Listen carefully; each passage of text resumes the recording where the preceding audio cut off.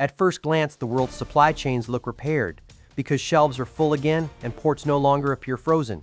But beneath that calm surface, the system that moves goods across oceans has become more costly, slower, and harder to trust. The old promise was simple: design in one country, manufacture in another, ship by the cheapest route, and sell everywhere. But that promise now depends on stable politics, safe seas, predictable energy prices, and factories that may no longer be reliable. Consumers may only notice the final price tag, but every product carries a hidden journey of parts, ships, ports, warehouses, fuel, insurance, labor, and timing. And when one link becomes uncertain, the cost travels quietly into everything else. Supply chains did not collapse overnight because they were built over decades for speed and low cost. But the same design that made goods cheap also removed the spare capacity needed when governments, wars, sanctions, and choke points begin to interfere. What looks like recovery may actually be adaptation, because companies are still moving goods, but they are doing it through longer routes, extra suppliers, bigger inventories, and more expensive protection against disruptions that used to seem rare. For decades, the world chased efficiency, and companies learned to keep inventory low, factories specialized, and shipping schedules tight, because every extra warehouse, backup supplier, or idle factory looked like wasted money on a spreadsheet. That system worked when trade felt predictable, because cheap fuel, open sea lanes, stable rules, and deep manufacturing networks allowed companies to treat distance as a minor problem rather than a major risk built into every product. China became central to this model because it offered scale, supplier clusters, skilled factory labor, ports, logistics, and speed in one place, which made it easier for companies to produce complex goods without rebuilding every missing piece elsewhere. But concentration also created dependence, because when too many parts, chemicals, electronics, and finished goods pass through the same region, a policy shift, port delay, energy shortage, or diplomatic fight can affect industries far away.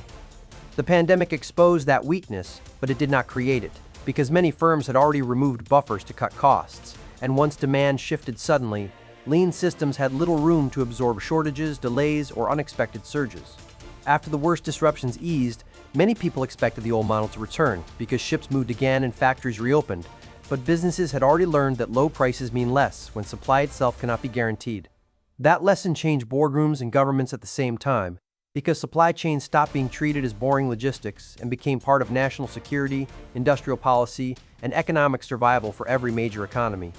Once supply chains become a security issue, cost is no longer the only question, because governments start asking who controls the ports, who makes the chips, who owns the minerals, and who can cut access during a dispute between powerful states. Geopolitics is now reshaping trade because countries are less willing to depend on rivals for essential goods, and companies caught between major powers must build networks that can survive tariffs, sanctions, export controls, and sudden restrictions. Shipping routes are part of the problem, because trade still depends on narrow corridors, crowded ports, canals, and seas, where conflict or political pressure can force vessels to reroute, burn more fuel, and arrive later than planned. When a ship avoids a risky route, the delay is not just a line on a map, because cargo arrives late, factories wait for components, retailers miss seasons, and freight rates rise as vessels spend more time away from normal schedules. Insurance costs also climb when risk increases, because insurers price danger into each journey, and those higher premiums move from shipping companies to importers, then into the prices paid by businesses and households at the checkout.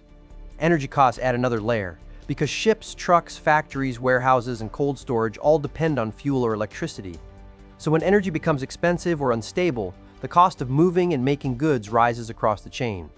This is why supply chain pressure can feed inflation even when demand is not booming, because a product can become more expensive simply because the route is longer, the fuel is higher, the insurance is costlier, or the backup supplier charges more. Companies are responding with China Plus One strategies, because they still value China's scale, but they want another production base in countries like Vietnam, India, Mexico, or others that can reduce exposure to one concentrated system. But moving production is slower than slogans suggest, because a factory needs trained workers, reliable power, roads, ports, suppliers, custom systems, quality control, and managers who can solve problems quickly when production starts to scale. A shirt can move faster than a smartphone because simple manufacturing needs fewer specialized inputs, while electronics, vehicles, medical devices, and machinery depend on dense supplier networks that take years to recreate properly. Nearshoring sounds attractive because production closer to customers can shorten delivery times. But wages, land, energy, regulation, and limited supplier depth can make nearby factories more expensive than distant factories built for scale. Friendshoring also has trade-offs, because choosing suppliers from friendly countries may reduce political risk, but it can reduce competition, raise costs, and create new bottlenecks when many firms rush toward the same safer locations.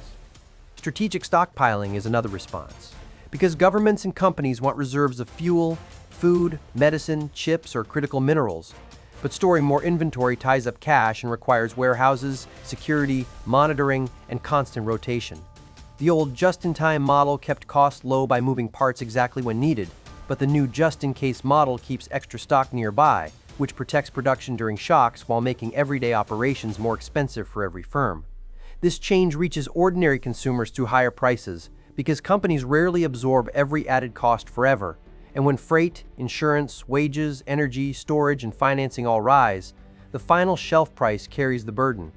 Manufacturing shifts also create transition costs, because firms may need duplicate suppliers, parallel production lines, new contracts, audits, and staff training before the new network can match the speed and quality of the old one. During that transition, supply chains become more complex rather than simpler, because companies may still rely on China for key components while assembling final goods elsewhere to reduce exposure or meet political expectations from buyers. That means a product labeled from one country may still depend on parts from several others, and if one hidden component is delayed, the entire finished product can still miss its delivery window without warning for retailers and customers. Rerouting trade can also overload new ports and roads, because infrastructure built for one level of activity may struggle when companies suddenly redirect cargo, and congestion then spreads into trucking, rail, warehousing, and customs clearance.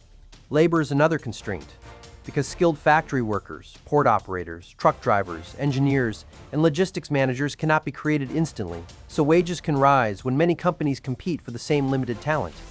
Higher wages are good for workers, but they also change the cost structure that made some goods cheap, especially when production moves from very large factory ecosystems into countries where scale is still developing over several years. Automation can offset some labor costs, but automation requires capital, technical support, stable power, and predictable volumes, so it helps large producers first, while smaller suppliers may struggle to keep up with demand from bigger competitors. The financial side matters too, because higher interest rates make it more expensive to hold inventory, build factories, finance ships, or expand warehouses, so the safer supply chain becomes more expensive before it becomes more reliable. Companies also face a planning problem, because no one knows which disruption will matter next. So they must spend money on resilience without knowing whether the next threat will be a port closure, energy shock, sanction, strike, or weather event. This uncertainty changes business behavior because managers may order earlier, hold more stock, sign longer contracts, or pay premiums for priority access, and each protective move adds cost before any actual disruption even arrives. The result is not one dramatic breakdown, but a permanent drag, because the system still works, yet it works with more friction, more duplication, more political screening, and more money spent to avoid being trapped by politics. For consumers, the impact appears as stubborn prices, because even when headline inflation cools, companies still face higher baseline costs from shipping, storage, insurance, wages, and the need to keep backup options alive across product categories. This helps explain why some goods stop getting cheaper even when technology improves, because efficiency gains are being offset by security costs that did not matter as much when trade routes felt safe and politics felt separate from logistics. Businesses also carry more uncertainty, because a retailer cannot plan promotions confidently if shipments may be delayed, and a manufacturer cannot promise delivery dates if a single missing component can halt an entire production run. Small companies are hit harder than giants, because large firms can buy priority freight, diversify suppliers, and absorb temporary losses, while smaller importers may face the same delays without the cash or leverage to escape them. Developing countries can benefit from this shift if factories move in, because new investment can create jobs and exports, but they also face pressure to upgrade infrastructure quickly, or risk becoming the next bottleneck for global investors. Countries closer to big consumer markets may gain from nearshoring, because shorter routes reduce delay risk, Yet those gains require reliable electricity, skilled workers, efficient customs, and political stability that investors can trust. China is not disappearing from supply chains because its scale and supplier depth remain difficult to replace. But its role is changing as companies seek backup capacity instead of relying on one dominant manufacturing center in the old model. This creates a more divided production map, where some goods are made for cost, others for security, and many products are assembled through networks designed less for maximum efficiency and more for political survivability during disruption. The trade-off is painful, because the old model lowered prices by concentrating production where it was cheapest, while the new model raises protection by spreading production across places that may be safer but less efficient for many buyers. Governments may accept higher costs because they want control over critical sectors, but households and businesses still pay through more expensive goods, slower delivery, and fewer ultra-cheap products arriving from a single optimized pipeline.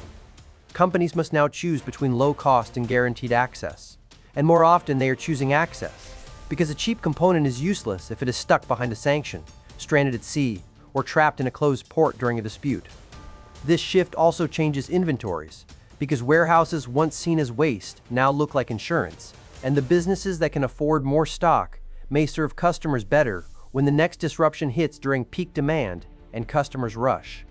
But inventory insurance has limits, because stored goods can expire, become outdated, or consume cash, and companies cannot stockpile every part of a complex product without creating new costs and management problems for every supplier. Consumers may see fewer sudden empty shelves than before, but that stability may come at a price, because companies are quietly paying for backup routes, backup suppliers, and extra stock long before shoppers notice the reason at the checkout. The bigger danger is that everyone protects themselves at once, because if countries restrict exports, companies hoard inventory, and buyers rush orders early, the collective reaction can amplify shortages instead of solving them. That is how a system can keep functioning while becoming more vulnerable, because each actor tries to reduce personal risk, but the combined effect can create higher demand for the same ships, materials, workers, and safe routes during the next shock. For inflation, this means supply chains may no longer push prices down the way they once did, because the cheap global pipeline that delivered low-cost goods is being rebuilt with security checkpoints, backup plans, and political conditions.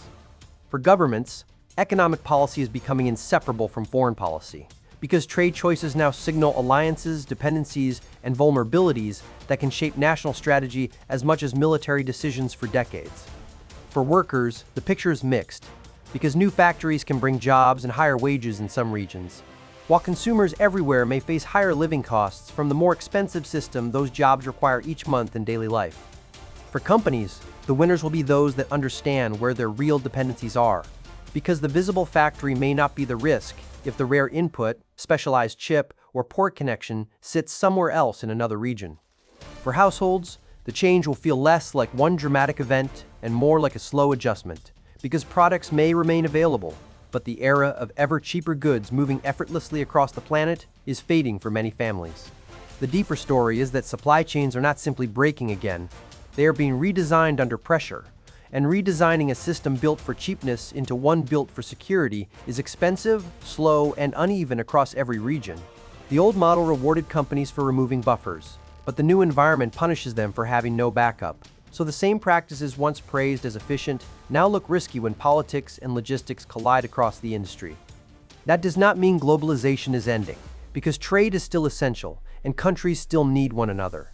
But globalization is becoming more selective, guarded, and shaped by strategic trust rather than pure cost alone anymore. The cheap global economy was built on confidence that goods could move freely, and once that confidence weakens, every shipment needs more planning, more protection, and more money behind it before leaving port under pressure. So when prices stay high or deliveries slow down, the cause may not be one crisis, one port, or one country, but a deeper shift from efficiency to security across the entire trading system at the same time for buyers. The old supply chain world is not coming back easily, because it depended on conditions that no longer feel guaranteed, and the replacement may be safer in some ways, but more expensive for almost everyone over the next decade. If you want more clear breakdowns of how geopolitics, trade, and the economy affect everyday life, subscribe to the channel, because the next decade will be shaped by these hidden systems more than most people realize every single year.